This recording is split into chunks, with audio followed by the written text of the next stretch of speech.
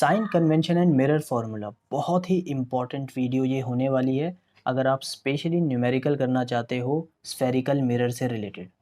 तो ये कन्वेंशन आपको फॉलो करना है जब भी आप कोई न्यूमेरिकल करोगे कॉनकेव या कॉन्वेक्स मिरर से रिलेटेड। सबसे पहला रूल, आपको मिरर इस तरीके से बनाना है, इस तरीके से उसकी शाइनिंग सरफेस प्लेस करनी है कि ऑब्जेक्ट आपका हमेशा लेफ़्ट साइड पे रहे। तो आप देख सकते हो मैंने यहाँ पे कॉनकेव मिरर को इस तरीके से बनाया है कि इसका जो मेन जो उसकी शाइनिंग सरफेस है वो ये है, रफ सरफेस इधर है, तो ऑब्जेक्ट मुझे इधर ही प्लेस करना पड़ेगा। सपोज़ मुझे कॉन्वेक्स मिरर बनाना होता तो मैं उसे इस तरीके से बनाता, जैसा कि मुझे ऑब्जेक्ट उसका लेफ़्ट साइड में ही प्लेस करना होता। But what about image? Image की आपको चिंता करने की ज़रूरत नहीं है, क्योंकि आप जो रे डायग्राम बनाओगे जहाँ पे आपकी मिनिमम 2 रेज़ मीट करेंगी वहीं पे आपका ऑब्जेक्ट बनेगा। तो इमेज बनेगी। तो इमेज हमारे हाथों में नहीं है, ऑब्जेक्ट हमें हमेशा लेफ़्ट साइड में प्लेस करना है, जैसा कि मैंने यहाँ पे लिखा भी है। बट जो आपकी इमेज है वो रे डायग्राम के अकॉर्डिंग बन जाएगी। नाउ डिस्टेंस ऑफ ऑब्जेक्ट या डिस्टेंस ऑफ इमेज हमें कैसे पता चलेगी और हमें कहाँ से मेजर करनी है? तो वो आपको हमेशा पोल से मेजर करनी है। तो लेट्स से अगर ये मेरा ऑब्जेक्ट है तो मैं यहाँ से लेके यहाँ तक इसकी डिस्टेंस नापूंगा, और ये जो भी डिस्टेंस होगी ये मेरी ऑब्जेक्ट डिस्टेंस होगी। और इसका इमेज जो है वो मैंने यहाँ पे बनाया है।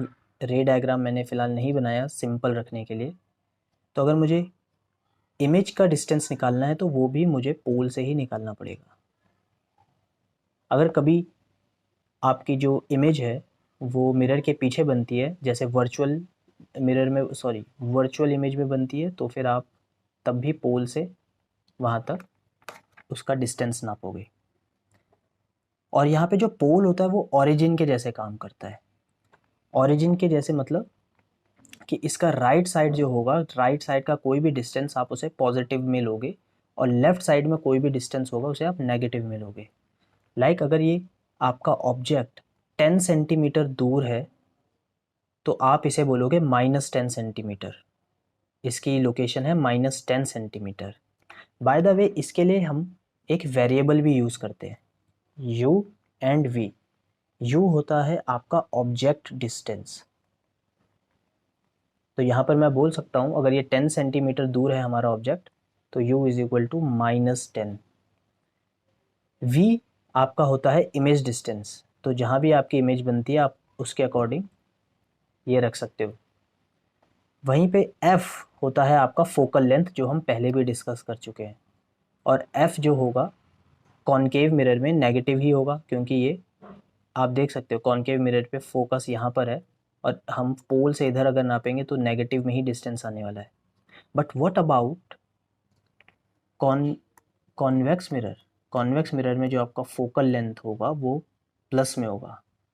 ये आपको याद करने की ज़रूरत नहीं है, आपको सिर्फ ये कन्वेंशंस ध्यान में रखने हैं, और ये डायग्राम जैसे ही आप बनाओगे आपको आपके दिमाग में ही आ जाएगा। तो यहाँ पे जो फोकल लेंथ होता है वो नेगेटिव में होता है। ऑल राइट, तो यहाँ पर आप इस डायग्राम को देख सकते हो। एक सेकेंड, यस यस, आप इस डायग्राम को देख सकते हो। यहाँ पे एक कॉनकेव मिरर है, और यहाँ पे बताया है कि डिस्टेंस आप इसके राइट साइड में पॉजिटिव में लोगे, डिस्टेंस आप इसके लेफ़्ट साइड में नेगेटिव में लोगे। और हमने ऑब्जेक्ट यहाँ प्लेस किया है तो direction of incident light, object से निकलने वाली जो भी रेज होंगी वो इस डायरेक्शन में जाएंगी जो यहाँ पे दिखाया है। और बाकी ये कहाँ पे प्लेस है, इमेज इस पे डिपेंड करेगी। ठीक है। अच्छा, एक चीज़ और, हम हाइट जो होती है ऑब्जेक्ट की वो हमेशा पॉजिटिव में नापते हैं अगर वो प्रिंसिपल एक्सिस, ये प्रिंसिपल एक्सिस है, इसके ऊपर है। अगर प्रिंसिपल एक्सिस के कोई भी चीज़ नीचे है तो इसका डिस्टेंस आप या इसकी हाइट जब भी आप नापोगे तो वो नेगेटिव में होगी। तो अगर आप ऑब्ज़र्व करो तो ये पूरा का पूरा एक तरीके से 2D ग्राफ जैसा नहीं है कि ये पॉजिटिव y है, ये नेगेटिव y है, ये पॉजिटिव x है, ये नेगेटिव x है। तो यहाँ पे डिस्टेंस आपका जो भी आ रहा है वो पॉजिटिव में आ रहा है, और यहाँ से डिस्टेंस जो भी आ रहा है वो नेगेटिव में आ रहा है। हाइट जो प्रिंसिपल एक्सिस के ऊपर है वो सब पॉजिटिव में है, और हाइट जो प्रिंसिपल एक्सिस के नीचे है वो सब नेगेटिव में है। तो इस तरीके से भी आप इसे याद रख सकते हो। नाउ मिरर फॉर्मूला ऐसी चीज़ है जो आपको याद रखना है अनकंडीशनली, ये आपको याद होनी ही चाहिए। 1/v + 1/u = 1/f। यहाँ पर v क्या है? इमेज डिस्टेंस, जो कि मैं पहले भी डिस्कस कर चुका हूँ। इमेज आपका कितना दूर है। u क्या है आपका? ऑब्जेक्ट डिस्टेंस, कि ऑब्जेक्ट कितना दूर है। वाइल पुटिंग वैल्यूज़ आपको माइनस प्लस का ध्यान रखना है। एंड ये f है आपका फोकल लेंथ। तो ये फॉर्मूला आपको याद होना चाहिए, और इस फॉर्मूले की हेल्प से आपको हो सकता है क्वेश्चन में इमेज डिस्टेंस दे रखी हो, फोकल लेंथ दे रखा हो, और आपको ऑब्जेक्ट कहाँ प्लेस है वो निकालना हो, या फिर आपको ऑब्जेक्ट का डिस्टेंस दे रखा हो, फोकल लेंथ दे रखा हो, इमेज डिस्टेंस निकालना हो। तो इनमें से कोई ना कोई दो चीज़ें आपको दी जा सकती हैं और आप तीसरा इजीली निकाल सकते हो। तो यही होता है mirror formula. This is your mirror formula. एक फॉर्मूला है मैग्नीफिकेशन का, यहाँ पे जो m है वो मैग्नीफिकेशन डिनोट कर रहा है। मैग्नीफिकेशन हमें ये बताता है कि हमारी जो इमेज बनी है वो कितनी बड़ी और कितनी छोटी है, वो उसकी वैल्यू पे डिपेंड करता है, और इसे कैसे रीड करना है ये तो हम देखेंगे। बट ये मैग्नीफिकेशन के फॉर्मूले देखो, m = height of image and height of object. ये दोनों आप वैल्यू पुट करोगे तो मैग्नीफिकेशन आ जाएगी। अगेन मैं आपको ये बात बोलूँगा कि height of image and height of object डालते हुए आपको उसके साइन का ध्यान रखना है।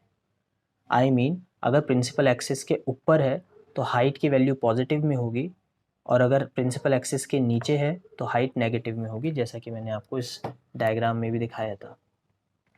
इस मैग्नीफिकेशन का एक और फॉर्मूला है, वो है माइनस।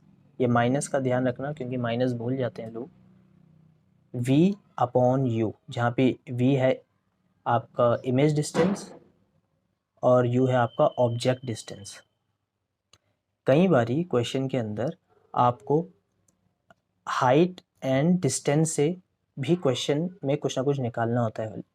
सपोज़ आपको हाइट ऑफ ऑब्जेक्ट दे रखा हो और आपने कैलकुलेशन करके image distance and object distance भी निकाल लिया हो, और आपसे अब हाइट ऑफ इमेज पूछी जाए तो आप इस रिलेशन से भी निकाल सकते हो।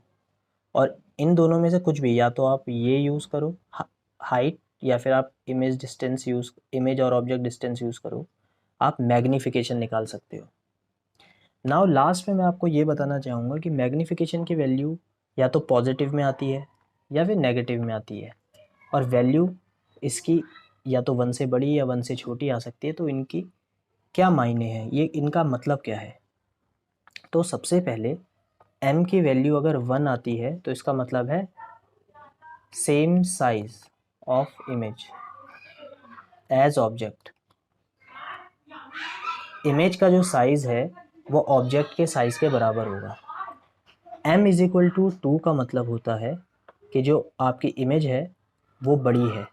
इसका मतलब ये है कि जो आपकी इमेज है वो ऑब्जेक्ट से बड़ी होगी।